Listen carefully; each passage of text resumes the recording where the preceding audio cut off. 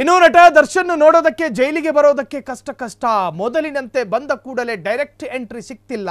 ಜೈಲಿಗೆ ಬಂದು ಗಂಟೆಗಟ್ಟಲೆ ಕಾಯಬೇಕು ವಿಜಯಲಕ್ಷ್ಮಿ. ಮುಂಚೆಲ್ಲ ಹೆಂಗೆ ಅಂದ್ರೆ ಯಾರು ಹೆಂಡತಿ ನೀವು? ದರ್ಶನ್ ಹೆಂಡತಿ, ಹೋಗಿ ಮುಂದಕ್ಕೆ ಅಂತ ಹೇಳ್ತಾ ಇದ್ರು. ಹೀಗಂಗಲ್ಲ, ನಿಂತ್ಕೊಳ್ಳಿ ಲೈನಲ್ಲಿ ಅಂತ ಟೋಕನ್ ಕೊಟ್ಟಿರ್ತಾರೆ. ಟೋಕನ್ ನಂಬರ್ ಬಂದ ಕೂಡಲೇ ಹೋಗಿ ಅಲ್ಲಿ ಜಾಲರಿ ಹತ್ರಕ್ಕೆ ಅಂತ.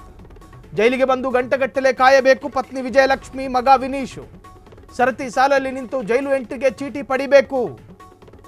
ಪತ್ನಿಗೆ ನನ್ನಿಂದ ಎಂತಹ ಕಷ್ಟ ಬಂತು ಎಂದು ಕನಲಿದ ದರ್ಶನ್. ನೀನು ಹಿಂಗೆಲ್ಲ ಕಷ್ಟ ಪಡ್ಕೊಂಡು ನನ್ನ ನೋಡೋದಕ್ಕೆ ಬರಬೇಡ. ನಿಮ್ಮ ಹಣೆ ಬರಹ ಇದ್ದಂಗೆ ಆಗುತ್ತೆ, ನೀನು ವರಿ ಮಾಡ್ಕೋಬೇಡ. ಪತ್ನಿ ವಿಜಯಲಕ್ಷ್ಮಿಯನ್ನ ಸಂತೈಸಿ ಕಳಿಸಿದ ನಟ ದರ್ಶನ್. ದರ್ಶನ್ ನೋಡೋದಕ್ಕೆ ಜೈಲಿಗೆ ಬರೋದು ಕಷ್ಟ. ನೋಡಿ, ಜೈಲಾಧಿಕಾರಿಗಳು ಕೈದಿಗಳ ಸ್ನೇಹಿತರಲ್ಲ. ಅದಕ್ಕೊಂದು ಗಾದೆ ಹೇಳ್ಬಿಡ್ತೀನಿ. ಅತ್ತೆ ಯಾವತ್ತಿದ್ರೂ ಸೊಸೆಗೆ ಆಪ್ತಾಳಲ್ಲ, ಶಾನುಭೋಗ ಯಾವತ್ತಿದ್ರೂ ನಮ್ಮ ಸ್ನೇಹಿತನಲ್ಲ. ಜೈಲಾಧಿಕಾರಿಗಳು ಕೆಲವೊಮ್ಮೆ ನಿಮಗೆ ಅನುಕೂಲಕರವಾಗಿರ್ತಾರೆ, ಅದರ ಅರ್ಥ ಅವರು ಸದಾಕಾಲ ಅನುಕೂಲಕರವಾಗಿರಬೇಕು ಅಂತೇನಿಲ್ಲ. ರೂಲಿಂಗ್ ಪಾರ್ಟಿ ಚೇಂಜ್ ಆದಂಗೆ, ಸಡಿಲಿಕೆ ಬಲಗೊಂಡಂಗೆ ಅವರು ಬದಲಾಗ್ತಾರೆ. ಸೊ ಸರತಿ ಸಾಲಿನಲ್ಲಿ ನಿಂತು ಜೈಲು ಎಂಟ್ರಿಗೆ ಚೀಟಿ ಪಡಿಬೇಕು. ಪತ್ನಿಗೆ ನನ್ನಿಂದ ಎಂತಹ ಕಷ್ಟ ಬಂತು ಎಂದು ಕನಲಿದ ದರ್ಶನ್.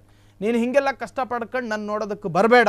ನಮ್ಮ ಹಣೆ ಬರ ಇದ್ದಂಗೆ ಆಗುತ್ತೆ, ನೀನು ವರಿ ಮಾಡ್ಕೋಬೇಡ, ಮನೆ ಕಡೆ ನೋಡ್ಕೋ. ಪತ್ನಿ ವಿಜಯಲಕ್ಷ್ಮಿಯನ್ನ ಸಂತೈಸಿ ಕಳುಹಿಸಿದ ನಟ ದರ್ಶನ್.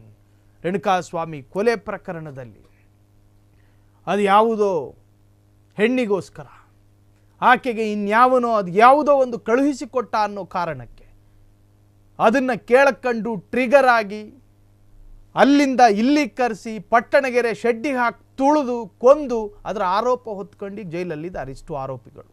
ಸೊ ಇನ್ನೂ ಕೂಡ ಆರೋಪ ನ್ಯಾಯಾಲಯದ ಅಂಗಳದಲ್ಲಿದೆ. ಇದರ ಅಂತಿಮ ತೀರ್ಪು ಪ್ರಕಟ ಆಗುವವರೆಗೂ ದರ್ಶನ್ ಮತ್ತು ಪಟಾಲಂ ಜೈಲೇ ಗತಿನಾ. ಕ್ಷಣ ಕ್ಷಣದ ಸುದ್ದಿಗಳಿಗಾಗಿ ಫ್ರೀಡಂ ಟಿವಿ ಸಬ್ಸ್ಕ್ರೈಬ್ ಮಾಡಿ, ಲೈಕ್ ಮಾಡಿ ಹಾಗೂ ಫಾಲೋ ಮಾಡಿ. ಹೊಸ ಸುದ್ದಿಗಳ ನೋಟಿಫಿಕೇಶನ್ಗಾಗಿ ಬೆಲ್ ಐಕಾನ್ ಮೇಲೆ ಕ್ಲಿಕ್ ಮಾಡಿ.